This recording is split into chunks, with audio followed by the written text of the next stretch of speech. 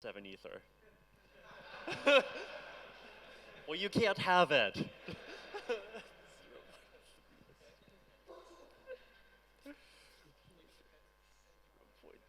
Okay.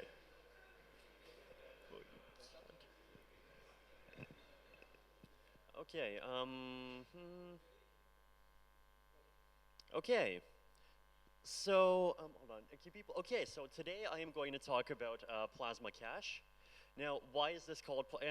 Why is this called plasma cache? Because plasma cache is plasma, but it's way more scalable.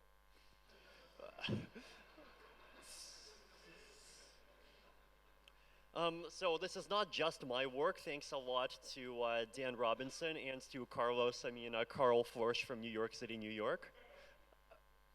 So, okay, traditional plasma, and because this is a 15-minute presentation, I'll be going through this fairly quickly. Basically, the idea behind plasma is you have a main chain, and on this main chain you have a plasma contract, and into the plasma contract, plasma operator publishes Merkle roots, and the Merkle root is the root of a tree of transactions, and all these transactions together make up the plasma block. Now, any individual user of the of any particular plasma system has to download and authenticate every plasma block, so basically all of the data that exists inside of that plasma system. So over here you have your Merkle tree, you have your transactions, and like all of that is stuff that must be downloaded by every single user.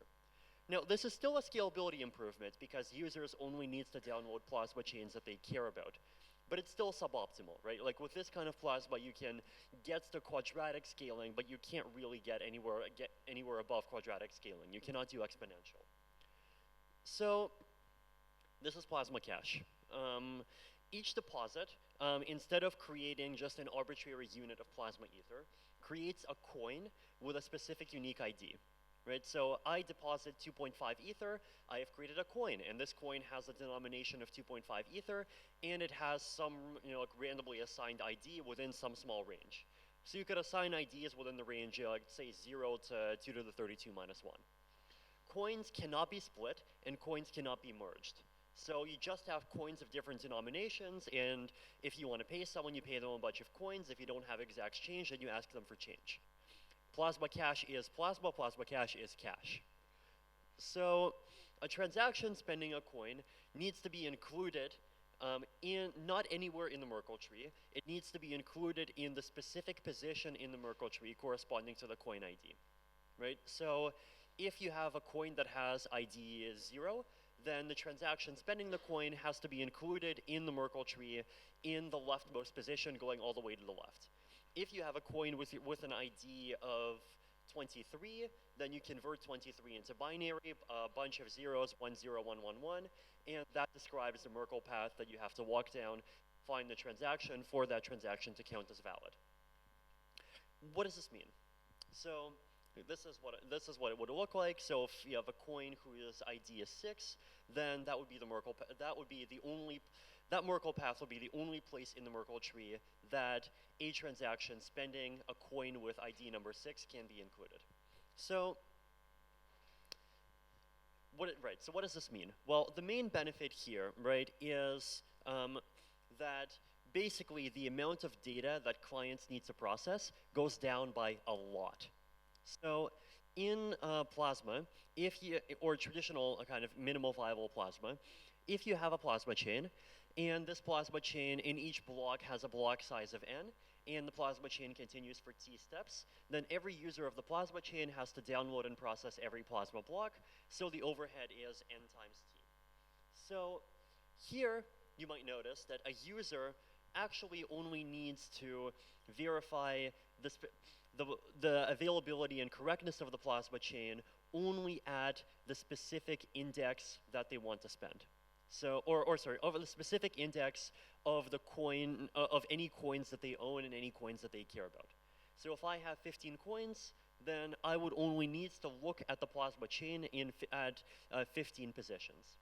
So what does this mean? Well, if someone has C coins, then the overhead goes down to roughly C multiplied by T multiplied by log n over C. So the C basically is how many coins do you have. The T means that, well, you have to keep track of a Merkle branch for every single block in the plasma chain, and log n because there's n different objects in the plasma block has size n. Log n over C instead of log n, basically because if you have multiple coins, then the Merkle proofs have a tiny bit of redundancy to them. So for every single block in the plasma chain, you need, if in that block there was a transaction that spent the coin, that transferred the owner, then you want a proof that that coin is there, and basically you need a proof that you have a history and that this history forms this chain that goes all the way back to whenever the coin was deposited. And for every block in which that particular coin is not spent, you just need a proof of non-inclusion, so basically just a Merkle proof pointing to that same index in the tree, where at that particular index in the Merkle tree you just have empty data. So basically log n over per block, and that's basically all that an individual user needs to care about. So what does this mean in practice? Well, let's say you are a cryptocurrency exchange, and you are processing orders on, you have an order matching engine, you have an order book, but you do not want to become the next Mt. Gox. And so, well, maybe you want to integrate Plasma, right? Maybe you want to design an exchange in such a way that you do not actually have control over people's money. Instead, you are just the order matching engine, and it's the users that have the private keys, and you have a Plasma system that ensures that regardless of what happens to the exchange, users can always run through the Plasma exit procedure and get their money out. So, one problem. Well, let's say your exchange has very high capacity, and it is processing something like 500,000 transactions a second. Well, even 500,000 transactions a second is way too much for an individual user to download and process the entire chain. Also, perhaps there are privacy reasons, and inside of a Plasma chain, you do not want to give every user absolutely all of the data about the entire system. Well, here comes Plasma Cache. Users no longer need to download all of the data, even inside one particular Plasma chain.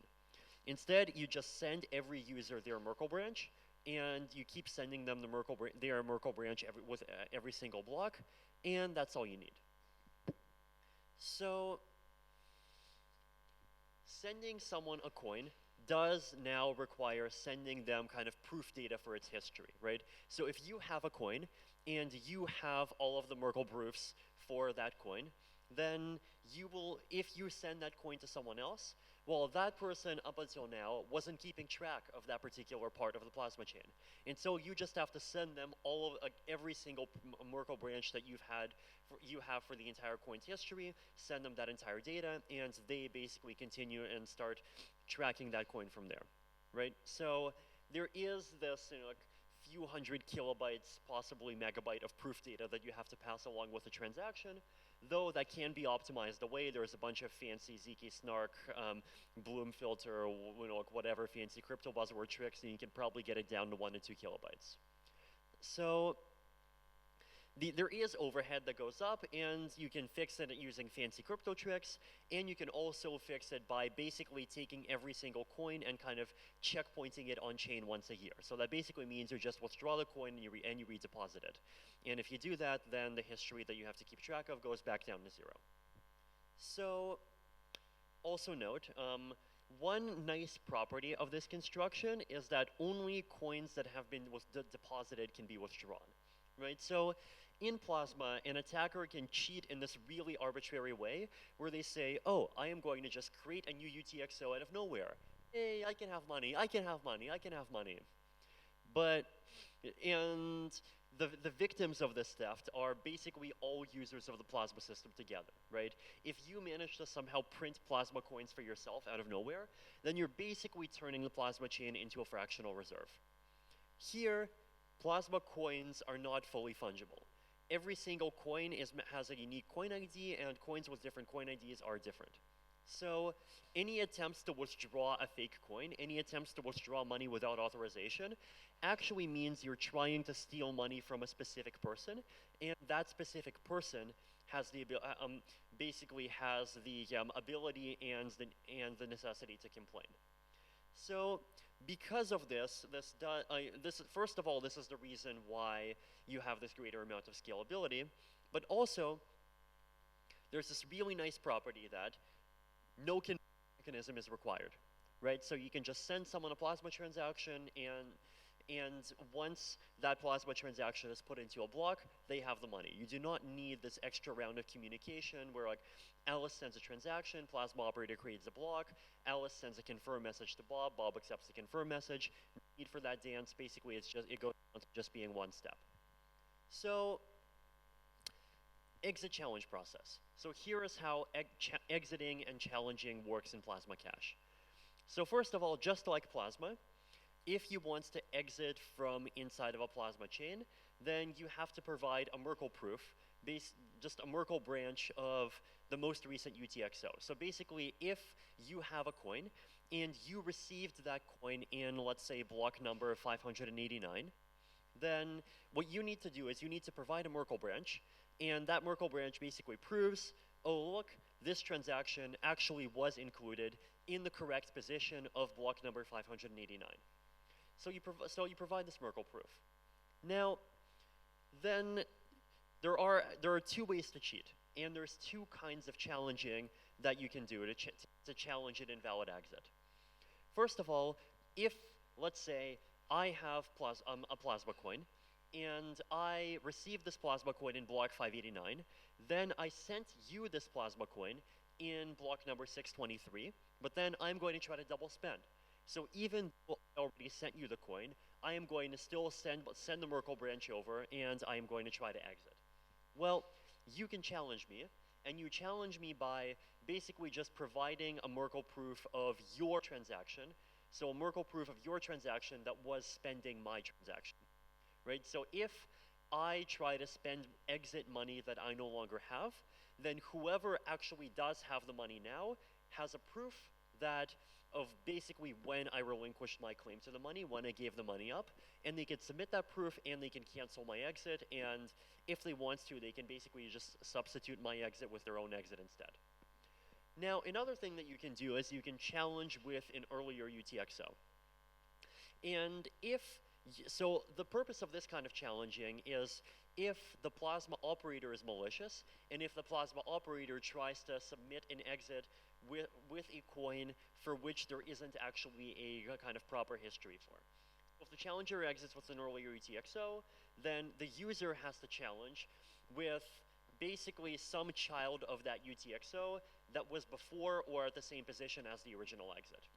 So basically the original exiter has to prove, no, wait, this thing that you challenged is actually an earlier part of the history, and I actually know what the next step in the history is.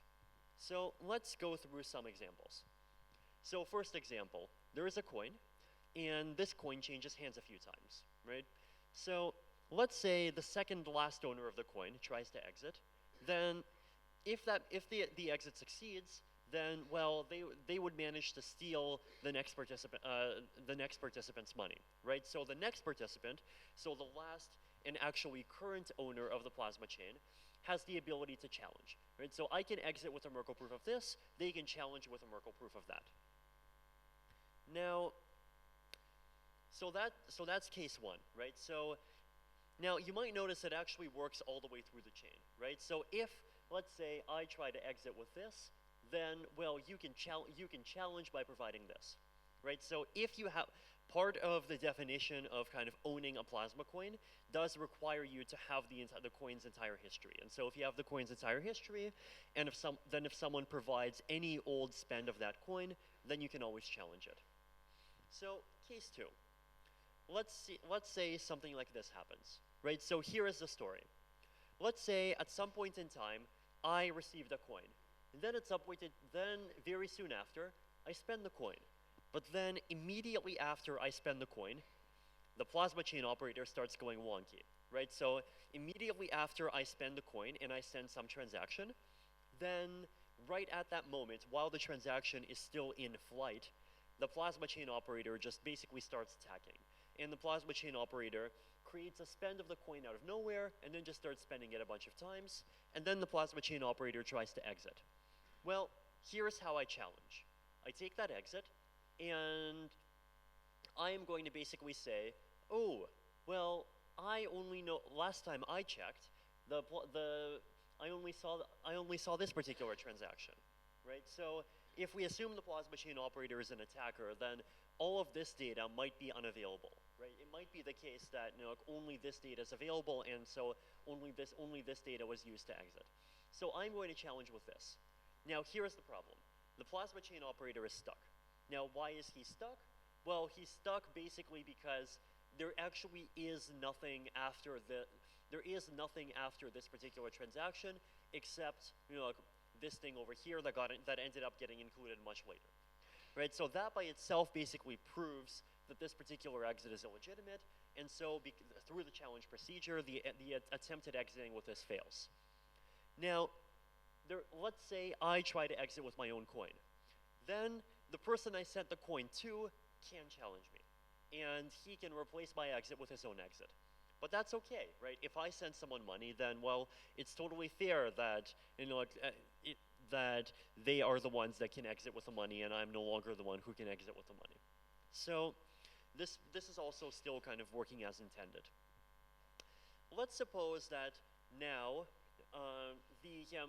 this guy tries to exit, and the second guy tries to maliciously challenge. And he maliciously challenges by providing this thing far off in the history. Well, if he provides this thing, then, well, guess what? I actually know what the response is, and so I'll be able to respond. If he challenges with this, then I'll be able to respond with the transaction itself. Right? So for any kind of for any legitimate exiter, they will have a way of responding to any challenge. For any illegitimate exiter, there will be a challenge that they cannot respond to, and it's always the legitimate owner of the coin who has the incentive to make the challenge. Right? So this is kind of basically the same general principles by which Plasma works, but in this case, it's kind of adapted to the single coin model. Now, you might notice one thing, right? And the one thing that you might notice is that if you create a story where, oh, well, I sent you this coin, and then you end up spending that coin again, and there is going to be a situation where there is a challenge that you will not be able to answer, right? So the challenge basically is that, oh, well, what if you try to exit and then the challenger provides this, right? But then that basically is why, before you spend a coin, why you need to actually authenticate the coins, authenticate and have the coin's entire history. So that basically is an introduction to one simple way to make Plasma more scalable and drastically reduce its usage requirements to regular users. I hope that anyone interested in Plasma, and anyone working on an exchange, really seriously considers using some version of Plasma technology in order to make their exchange much more hack resistant, and hopefully whenever the next big multi-billion-dollar exchange written by a totally incompetent developer gets hacked, no one will lose any money. Thank you.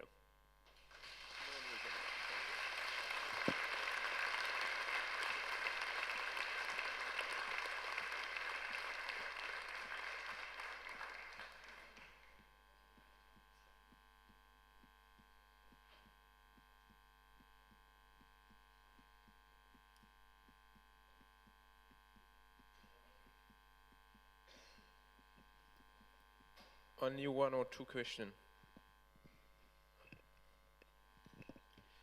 So does it mean that all holders of coins need to constantly monitor the Plasma chain for fraud? Yes. So in any Plasma construction, the owner of any coins inside the Plasma chain needs to constantly monitor. And if they detect fraud, as long as they come online within 2 weeks, and within 2 weeks they challenge any fraudulent exits, then they will be able to get their coins out.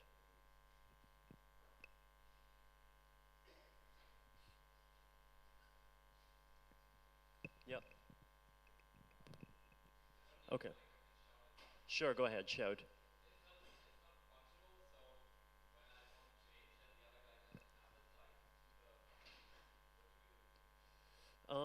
Basically figure it out and try to use some like well realistically there's probably going to be some like the digital equivalent of a Coinstar machine, basically just like some decentralized exchange between low denomination coins and high denomination coins. Another thing you could consider for very low denominations is just something like probabilistic payments. Yeah. Now, keep in mind, by the way, that this is still like very new research, and this is literally from an ETH research post that we published 4 days ago. So, you know, there are plenty of optimizations to a lot of this stuff, many of which we haven't yet discovered yet. Yes.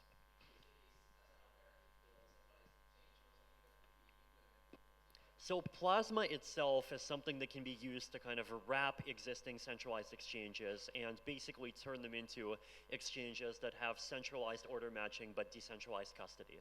So that already removes, you know, like a huge portion of all of the security issues that exchanges have.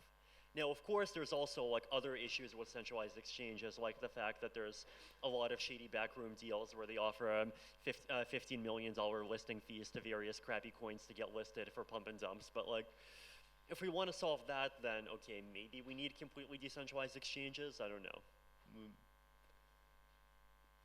Yes. Yes, I'm wondering how's the coin history of your own coins, how is it sent around to other people? So if you wants to send a coin to someone, then basically you would need to just send them the history through an offline channel. So this could be done by Whisper. If it's in-person payments, it could just be done, you know, like through an NFC connection or whatever.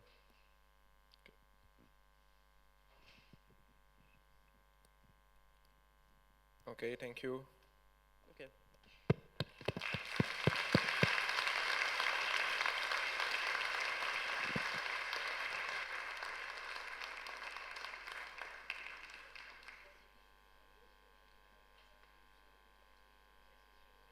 Okay, please everybody, if you're gonna get out, go out from the other way, and if you're staying, we're gonna have